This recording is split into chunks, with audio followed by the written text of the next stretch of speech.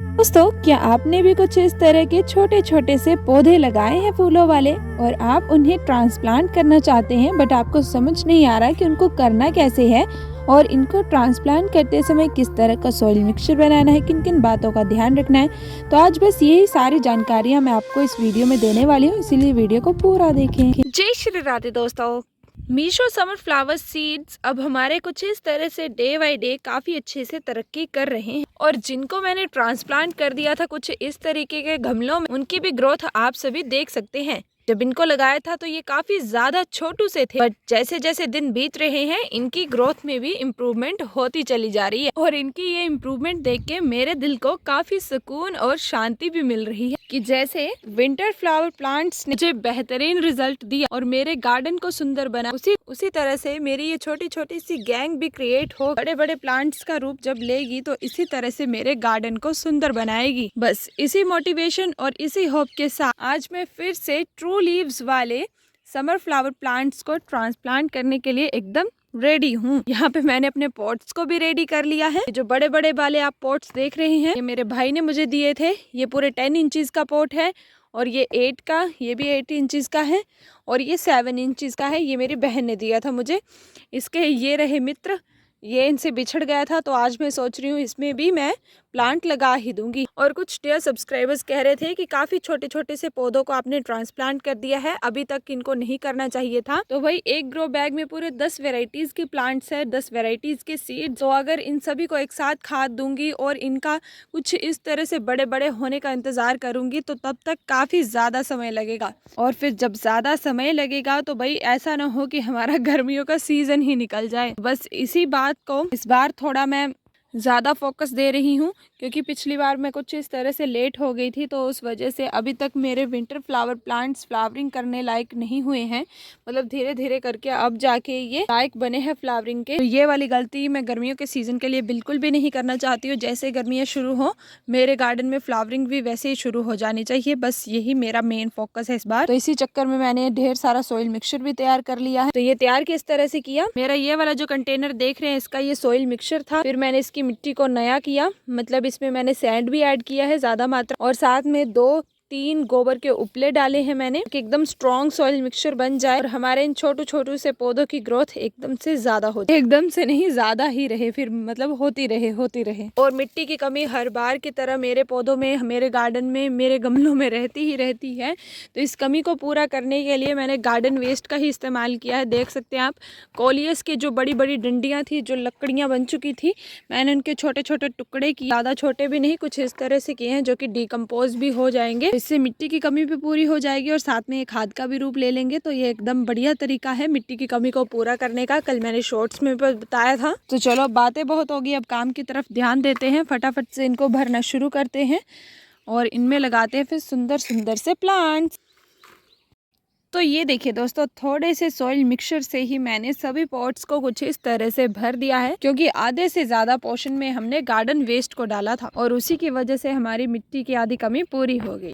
और अब हम यहाँ से देखेंगे कि कौन कौन से पौधे की 4 पत्तियां निकल आई हैं। 4 पत्तियों का मतलब होता है ट्रू लीव्स। जिन जिन की ट्रू लीव्स निकल आई होंगी उनको हम कुछ इस तरह से प्रमोट कर देंगे, मतलब उनको छोटे से स्थान से निकालकर बड़े स्थान में ट्रांसप्लांट कर दे, तभी हमारे इन पौधों की ग्रोथ कुछ ऐसी हो सकती है। तो इसके लिए अब हमें आवश्यकता है इस तरह के नुकीले औजार क्योंकि इनकी जड़ों को उनके साथ अच्छे से निकाल दें। तो जो dear subscriber first time transplantation की वीडियो को देख रहे हैं उनको मैं बताना चाहूंगी, ये वाला पौधा देखिए, ये 1 2 3 4 ये हो चुका है हमारा ट्रू लीव्स वाला पौधा। और नीचे भी आप देख सकते हैं ये छोटी छोटी सी पत्तियां निकली हैं, वो किसी और की थी। तो ये जो देख रहे हैं ना आप 4 पत्तियां, इन्हीं को ट्रू लीव्स कहा जाता है। और जब भी किसी भी पौधे की कुछ इस तरह से लीव्स आपको दिखाई देने लग पड़े, मतलब वो पौधा धीरे धीरे अब मैच्योर हो रहा है, उसकी जड़ें भी पनप रही हैं और वो ट्रांसप्लांटेशन के लायक हो चुका है। और रीज़न मैंने बता दिया है इनको इतनी जल्दी ट्रांसप्लांट करने। फटाफट से मैं इनको यहाँ से निकाल के यहाँ पर लगा देते। तो इनको निकालने का काम सबसे ज़्यादा ध्यानपूर्वक वाला है और सबसे ज़्यादा केयरफुली आपने यही काम करना है। अगर जड़ यहाँ से वहाँ थोड़ी बहुत भी हिल डुल गई या फिर कटवट गई, तब आपका पूरा पौधा बेकार हो जाए। इसीलिए अभी थोड़ा आप आराम कीजिए और मैं इसे निकाल लेती हूँ। और ये देखिए दोस्तों, मैंने स्ट्रू लीव्स वाले पौधे को जड़ के साथ प्लस मिट्टी के साथ दोनों के साथ ही अच्छे से निकाल लिया है। अब इसे यहाँ पे रख देते हैं। और ये वाला भी जो आप पौधा देख रहे हैं, ये भी ट्रू लीव्स वाला पौधा है। 4 से ज्यादा पत्तियां देखिए इसकी निकल आई हैं। 2 ये रही, 2 ये रही, प्लस 2 और निकल रही हैं। तो इसे भी मैं यहाँ से निकाल लेती हूँ। अब तीसरे नंबर पे मैं इस वाले पौधे को निकालूंगी। देख सकते हैं आप, इनकी भी ट्रू लीव्स निकल आई हैं। तो ये देखिए दोस्तों, अभी मैंने ना ढेर सारे प्लांट्स को कुछ इस तरह से निकाल लिया है।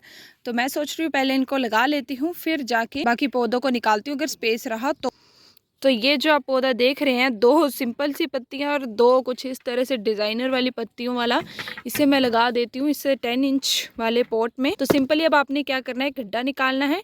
गड्ढे के अंदर इसकी जो लंबी लंबी जड़ें हैं, ये देखिए कितनी ज़्यादा लंबी जड़ें हैं इसकी, तो इनको कुछ इस तरह से हम डाल देंगे। ठीक है। और आपने ये भी देखना है कि पौधा कुछ ज़्यादा ही अंदर ना डूब जाए। इतना ही आपने इनकी जड़ों को अंदर डालना है कि जितने में ये बेचारा थोड़ा ऊपर सांस भी ले पाए। ठीक है, तो इतना काफ़ी है। तो कुछ इस तरह से इसे हम लगा देते हैं। ये देखिए बिल्कुल इजी स्टेप्स है इनको लगाने के, कोई भी पहाड़ वाला काम नहीं है। बस आपने इनको निकालना थोड़ा ध्यान से है। निकालने में कोई गड़बड़ी कर दी या फिर आपने इनकी जड़ जुड़ कोई काट दी ना, तब ये मर सकता है। और साथ में इसके दोस्त मतलब इसके ही जाति का एक और पौधा यहाँ पे लगा देते हैं, क्योंकि ये 10 इंच वाला पॉट है। इसमें काफ़ी ज़्यादा स्पेस भी है और पौधे ग्रो भी हो जाएंगे। और इसे जड़ और मिट्टी दोनों के साथ निकाला था मैंने, तो इसे भी कुछ इस तरह से गड्ढे में हम डाल देंगे।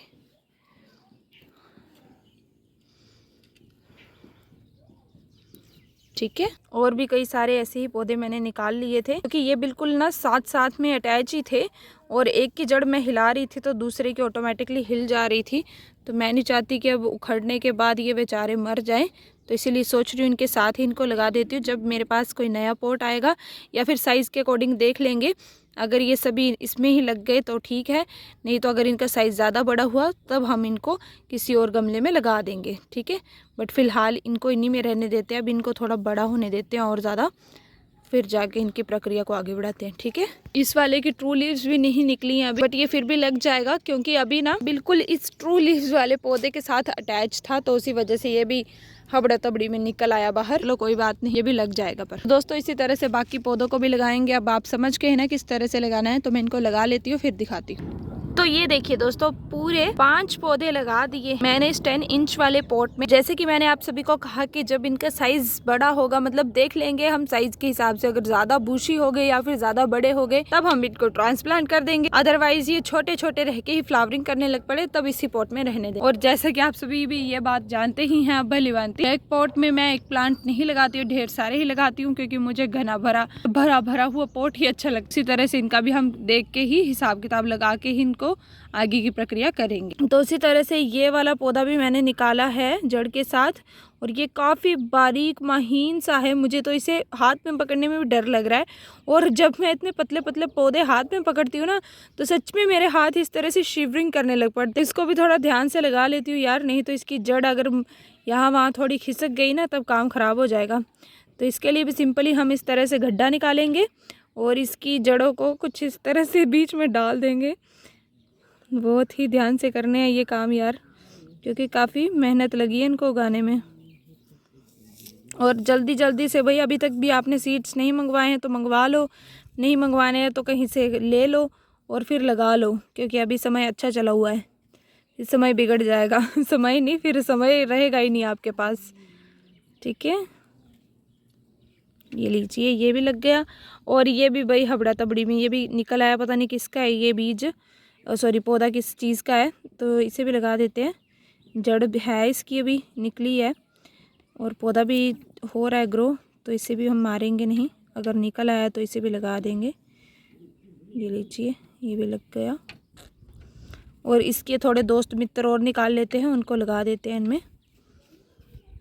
और एक ये निकाला था मैंने ट्रू लीव्स वाला पौधा, और इसके साथ ये देखिए छोटे छोटे से पौधे आपको दिखाई दे रहे हैं, तो ये भी निकल आए हैं। अब इनको तो हम मार नहीं सकते, तो हम क्या करेंगे, सिंपली इस तरह से ये जो ढेर मिट्टी का साथ में निकाल दिया है, इसे कुछ इस तरह से सेट कर देंगे हम और इसे यहाँ पे जगह दे देंगे। और ये प्लांट्स जब ग्रो होंगे तब इनको भी हम देख लेंगे मतलब तब इनको भी हम अच्छे से सेट वेट कर देंगे, बट फिलहाल इनको ग्रो होने देते हैं क्योंकि ये काफ़ी छोटे हैं ये वाले। अब इसी तरह से और भी ट्रू लीव्स वाले पौधे हम निकाल लेते हैं। तो ये देखिए दोस्तों, हर एक पॉट में मैंने ना पूरे 4 से 5 पौधे कुछ इस तरह से लगा दिए हैं, और लगाने के बाद ये काफ़ी ज़्यादा क्यूट भी लग रहे हैं क्योंकि ये बिल्कुल छोटे छोटे से पौधे हैं।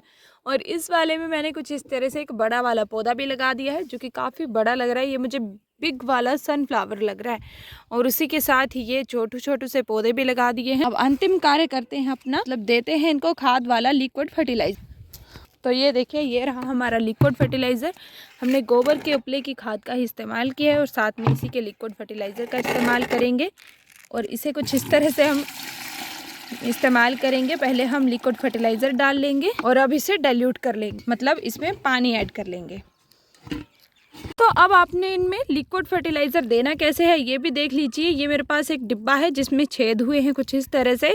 तो जब भी मैं कोई छोटा पौधा लगाती हूँ तो मैं उनको इसी तरह से पानी देती हूँ, क्योंकि अगर हम इस तरह से पानी देंगे तो प्रेशर से पानी गिरेगा और ये देखिए कुछ इस तरह से मिट्टी हट जाएगी और इनकी जड़ें बिल्कुल सामने आ जाएंगी, जिससे कि धूप पड़ेगी और पौधा हमारा मर सकता है। ये गलती आपने कभी भी नहीं करनी है। जब भी आप पानी दे पौधे को कुछ इस तरह से या फिर साइड में दे दे या फिर इस तरह के छेदों वाले डिब्बे का या फिर किसी अन्य चीज का प्रयोग करें, जिससे पौधे पे ज्यादा प्रेशर ना पड़े। और अभी धूप काफी ज्यादा कड़क वाली है, तो मैं एक और चीज सजेस्ट करूंगी कि शाम के समय पर ही अपने पौधों को ट्रांसप्लांट करें। फिलहाल मेरे पास एक छाया वाला स्थान है, मैं इन सभी को वहां रख दूंगी।